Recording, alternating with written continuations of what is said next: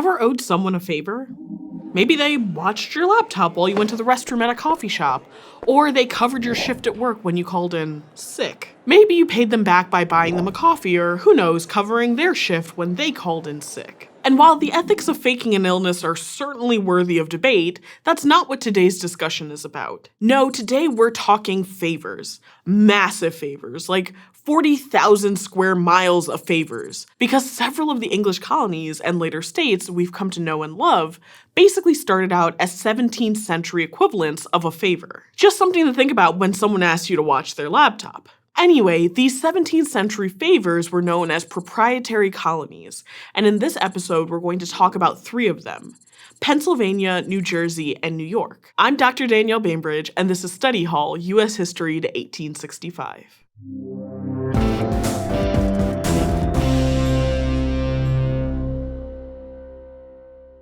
In order to make sense of what was going on with the American colonies, we need to take a step back, or really a step over the Atlantic Ocean and into Western Europe. At the time, England was in the middle of a serious social, political, and religious change. English people were struggling over the nature and limits of governmental authority. So in 1605, a group of Catholics attempted to blow up the House of Lords, kill the Protestant King James I, and put a Catholic monarch on the throne in the Gunpowder Plot. In 1642, just 35 years after Jamestown was founded, England broke out into civil war between supporters of King Charles I, called Cavaliers, and supporters of Parliament, called Roundheads, who were led by Puritan leader Oliver Cromwell. 2 of the biggest causes of this civil war were religion and economics. On the religious side, the Puritan Roundheads distrusted King Charles I, who they believed was too sympathetic to the Catholics. And economically, King Charles I tried to raise taxes without consulting Parliament, a major no-no.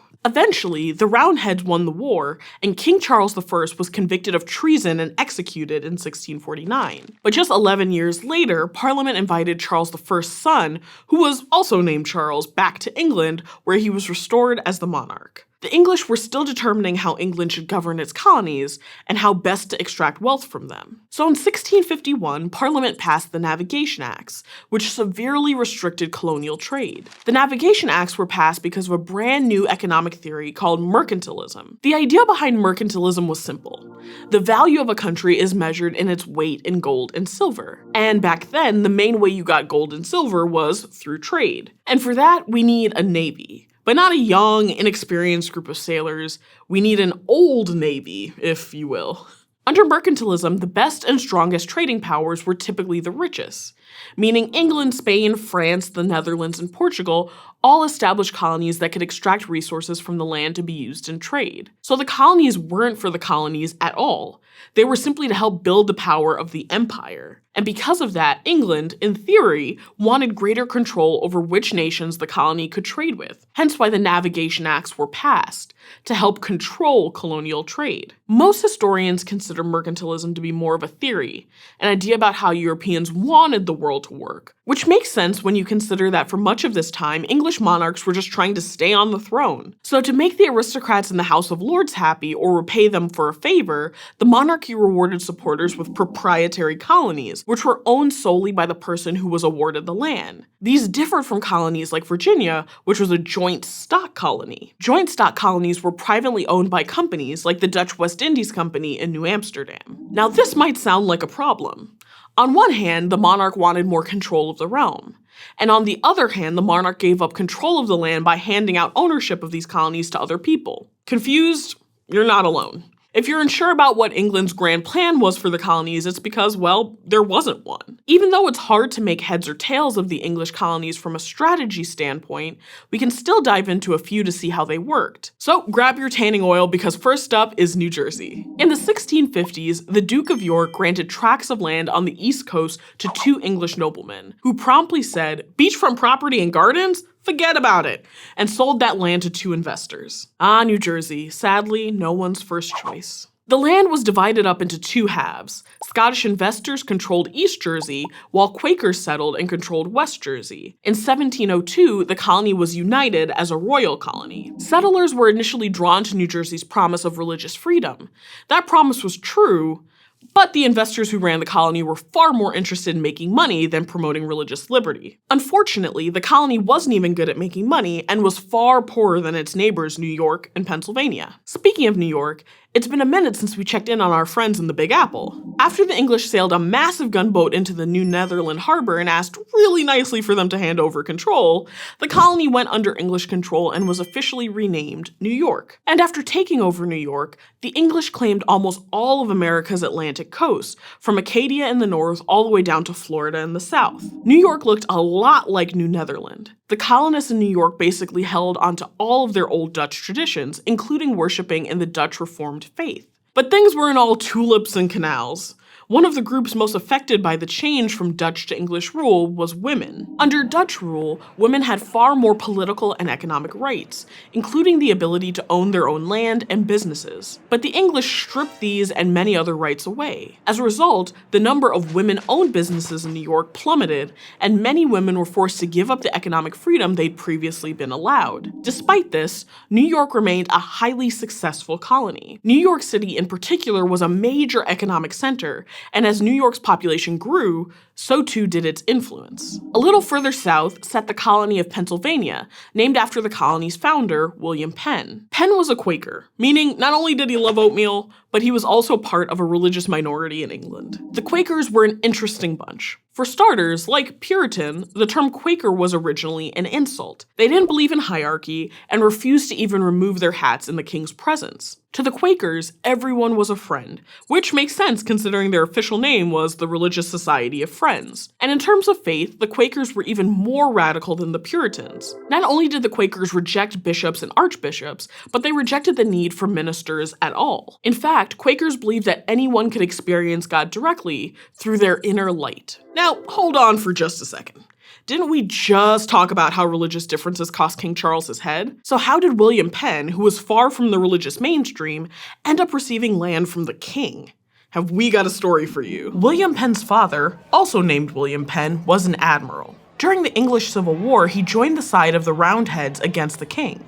When the Roundheads won, the elder Penn was awarded land in Ireland by Oliver Cromwell, the Roundhead leader and new ruler of England. After leading an unsuccessful expedition to the Caribbean, Admiral Penn retired to his estate in Ireland. It was here in Ireland around 1660 that the younger Penn was introduced to the ideas of Quakerism. At the same time, Cromwell, who had become more or less a new king, died.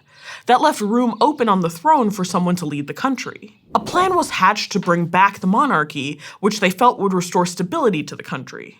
But Prince Charles II and his family were living in exile, so Parliament had to send a ship to bring back the prince to England. And who do we know that knows their way around a boat? William Penn, the former admiral. Now firmly in the king's good graces, the older Penn was named Lord Commissioner of the Admiralty. William Penn Sr. was eventually forced to resign his position after the Second Anglo-Dutch War. But while he held his title, the younger Penn did that thing all children do and rebelled against his parents.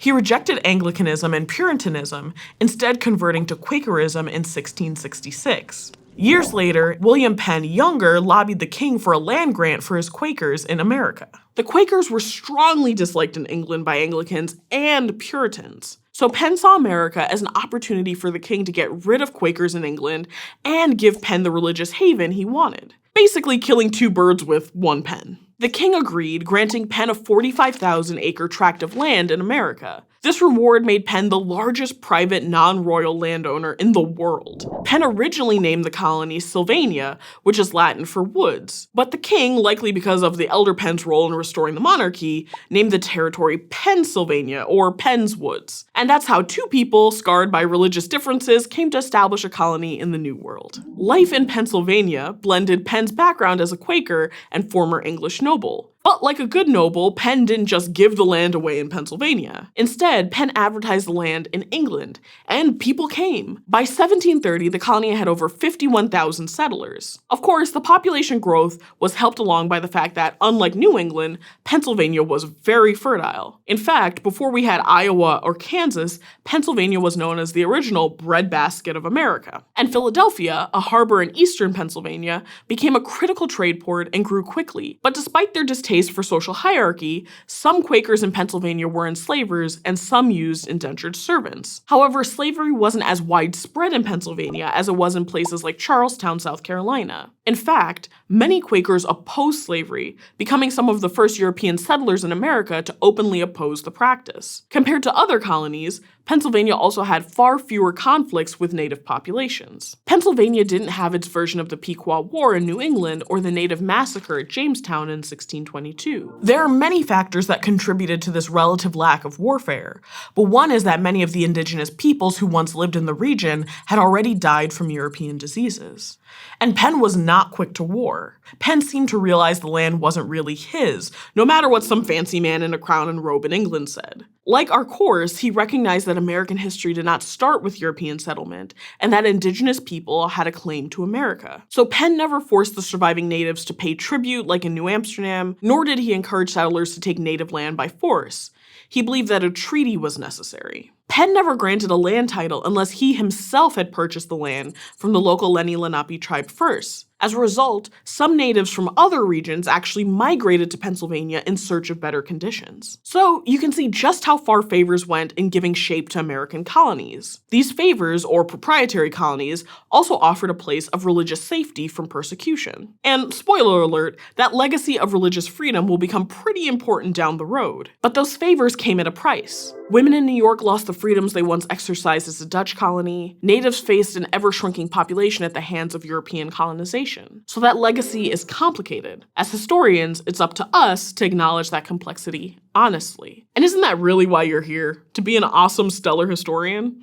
It's okay, your secret is safe with me. Thanks for watching Study Hall U.S. History to 1865, which is part of the Study Hall Project, a partnership between ASU and Crash Course. If you like this video and want to keep learning with us, be sure to subscribe. You can learn more about Study Hall in the videos produced by Crash Course and ASU in the links in the description. See you next time.